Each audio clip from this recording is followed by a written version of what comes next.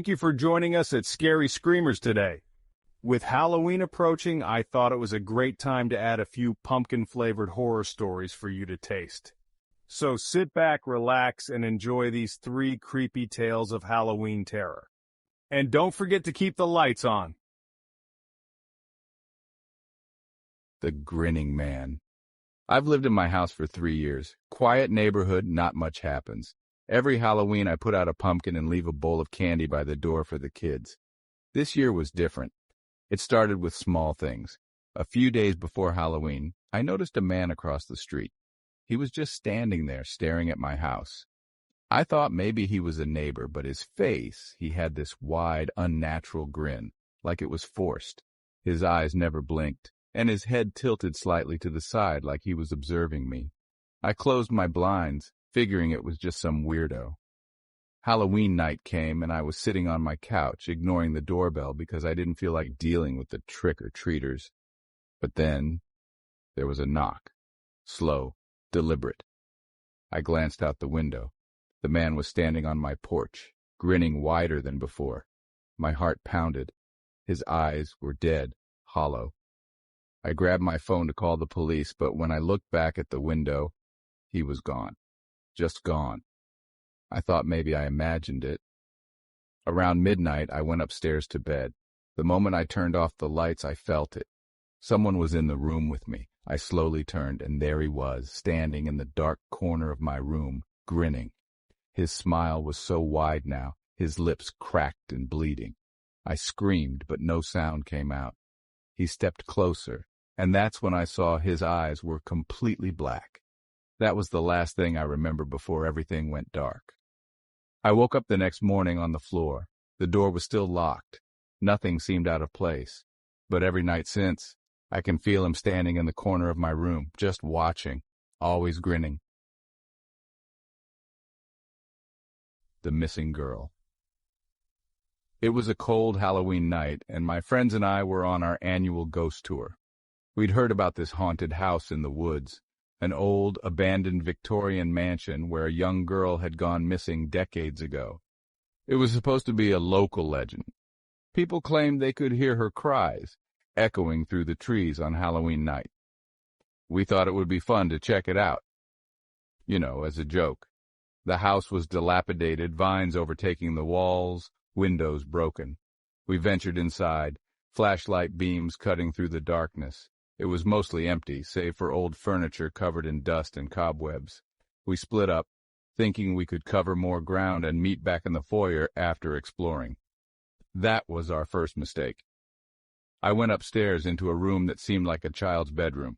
There was a single small bed in the corner, and on the floor, scattered toys. A doll, eerily lifelike, sat on the bed. Its eyes seemed to follow me as I moved. Then I heard it, a faint whisper.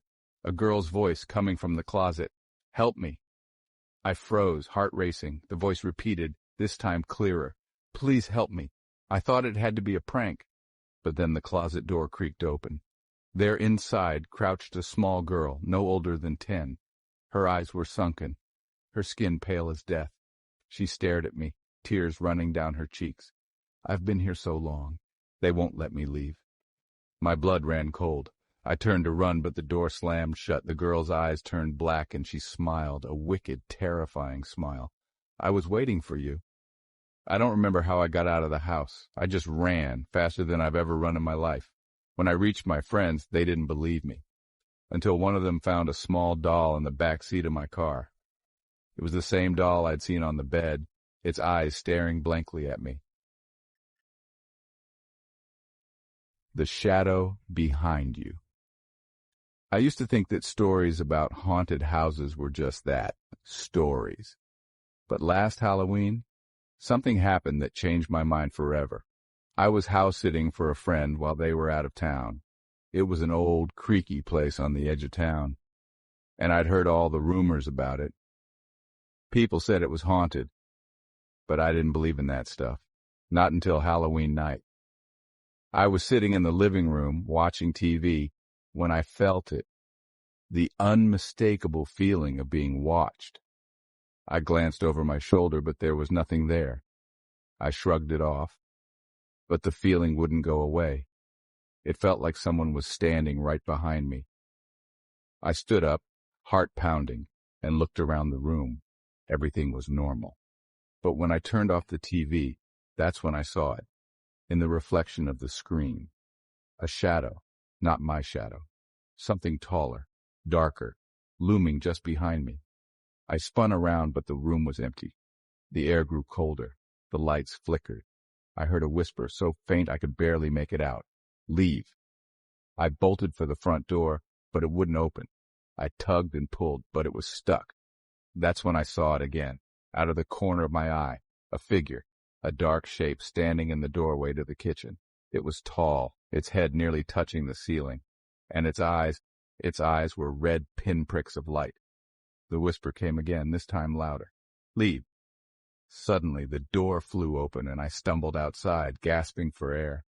The shadow didn't follow me, but I swear I can still feel it sometimes, standing behind me when I'm alone, watching, waiting.